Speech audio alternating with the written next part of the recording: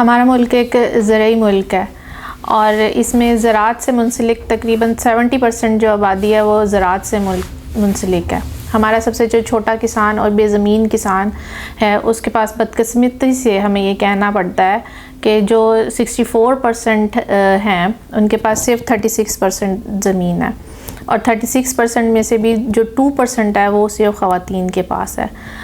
और ज़राअत का जो दूसरा बड़ा अहम शोबा है वो है माल मवेशी, और माल मवेशी में को अगर हम देखें तो जो हमारी छोटी बेज़मीन किसान औरतें हैं उनके पास ज़्यादा से ज़्यादा 2 से 3 जानवर होते हैं जो कि उनका कुल सरमाया होते हैं। और इस कुल सरमाया में वो उनका पूरा एक माश चल रहा है। सिर्फ वो दूध हासिल नहीं कर रही होती हैं उससे, वो उससे खुराक हासिल कर रही हैं, ईंधन हासिल कर रही हैं जो उनके काम आता है, और हमारी जो फसलें हैं उनको वो खाद भी मुहैया कर रही होती हैं। हमने अभी कुछ अर्सा पहले ही एक तहकीक की है जिसमें तकरीबन हमने 8 अज़ला को शामिल किया है। इन 8 अज़ला में जो हमने किसान औरतों के साथ तहकीक की है उससे साबित हुआ है कि ये जो उनका एक सर्कल है, सिर्फ माल मवेशी नहीं है, उनकी पूरी एक मईशत है, उनका एक सरमाया है।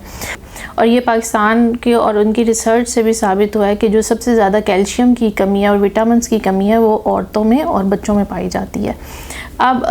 अगर हम इस हकीकत को जानते हुए थोड़ा सा और मज़ीद जानने की कोशिश करें तो जो अब हुकूमत की तरफ से प्योर फूड लॉज़ इम्प्लीमेंट किए जा रहे हैं, अगर उनको हम देखें तो वो सिर्फ़ और सिर्फ नुकसान है किनका, छोटे और बेज़मीन किसानों का। वो अगर लॉज़ इम्प्लीमेंट हो जाते हैं तो खुला दूध ये लोग नहीं बेच पाएंगे, खुला दूध नहीं बेच पाएंगे जिससे उनका सिर्फ खुराक मुतासिर नहीं होगी, उनसे उनका ईंधन मुतासिर होगा, उनसे उनका जो फसलों को वो खाद मुहैया करते हैं वो होगी। इस तरह से उनका पूरा एक सर्कल, जो उनकी माश का एक सर्कल है, वो डिस्टर्ब होगा। जिस तरह से 1960 में ग्रीन रेवोल्यूशन का नारा लगाया गया और पैदावारी नारा लगाया गया कि पैदावार बढ़ाई जाएगी। रिज़ल्ट में हमें क्या मिला था? बंजर ज़मीन है, सीड हमारे हाथ से चला गया, माहौल हमारा ख़राब हुआ। अब आपके सामने है जो क्लाइमेट क्राइसिस हो रहे हैं, आए दिन बेमौसमी बारिशें हो रही हैं,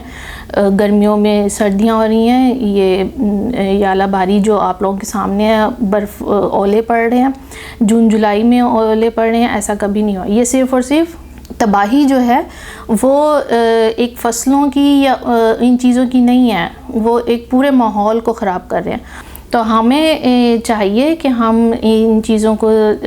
जांचें, उनको परखें, और बजाय इसके कि हम अंधाधुंध पैरवी करें इन चीज़ों की,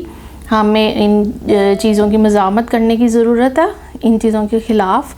और हमारी हुकूमत को चाहिए, हमारी सरकार को चाहिए कि हमारी बजाय इसके कि वो कंपनियों को सपोर्ट करें,